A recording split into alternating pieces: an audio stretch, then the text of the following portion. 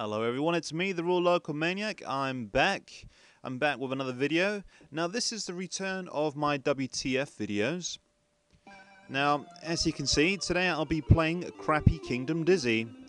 Now this is one of the worst Dizzy games ever known to mankind. Now I absolutely hate this Dizzy game.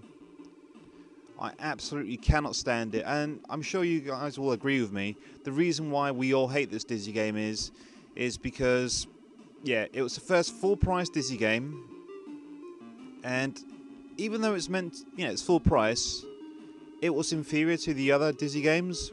When you consider the other games cost what, $1.99 or $2.99, and for a full-price game, we thought we were going to get something a lot better. But what we were left with, unfortunately, was this piece of crap. Now look, there's CJ from CJ's Elephant Antics. He's a good gaming character. He his games sort of play like New Zealand Story. Anyway, we're not here to talk about CJ. We're here to talk about Crappy Kingdom Dizzy. Oops, fuck. One of the other reasons why I don't like this game is I don't like the style of graphics they've used. I think they've messed around with perfection. The previous Dizzy games all look very, very similar, and I think that worked to its advantage for the fact that it just made you feel at home when you played them. I don't like the way the trees look in this game. I don't like the way the huts look in this game. The other thing I don't like about the graphics in this, I find them very bland and boring. There's quite a lot of colour there when there's no need to, so it creates a lot of colour clash. Now, I'm not saying that the previous Dizzy games didn't have any colour clash, but it was done to a minimal, basically. I really can't stand these graphics. These graphics are absolutely horrible. Now, this was the first Dizzy game that was split into, I think first and last actually, split into sections. So the first level is set in this treehouse area. The second area is set in a pirate ship section. And,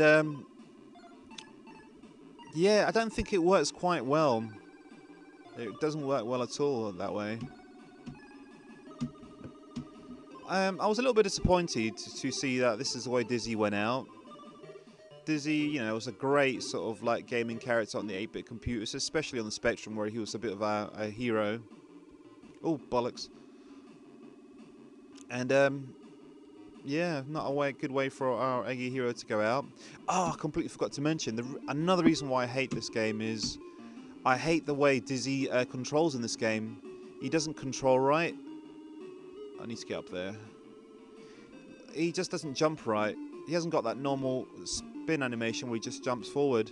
Don't know why they removed all the animation there. It's not a great Dizzy game at all.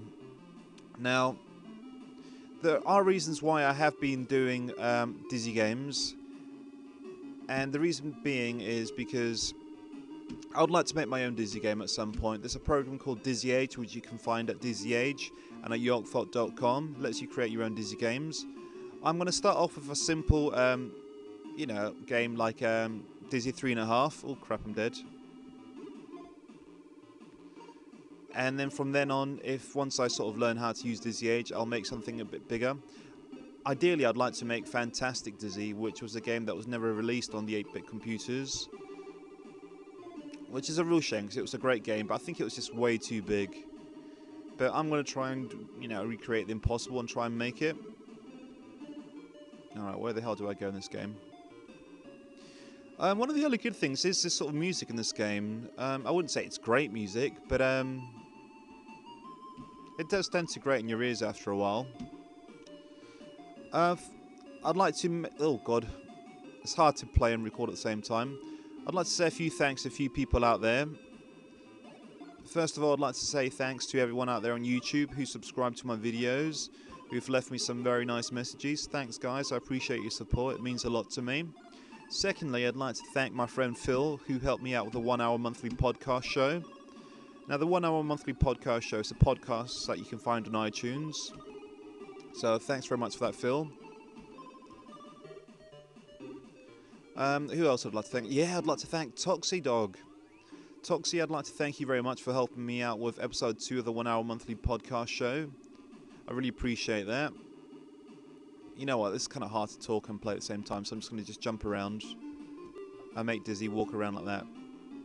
So, Yeah, Toxie, thanks very much for helping us out with the 1 hour monthly podcast show. I forgot, you can also find that in my 1HMPS blog, which there is a link to on my YouTube channel page. And my blog contains book reviews, film reviews, trailers, game reviews, loads of different things. So if you've got the time, feel free to check it out. I'd really appreciate that. Let us know what you think. You'll find a few other little bits and bobs there if you look for it. Alright, now there's a reason why I've mentioned Toxie, and there's a reason why I'm playing this game in particular. Now I've mentioned that this is the return of the W.T.F. Now me and Toxie have had a little chit chat, and he was going on about how crappy the Reaper is, which was the video he did, which was a W.T.F. game.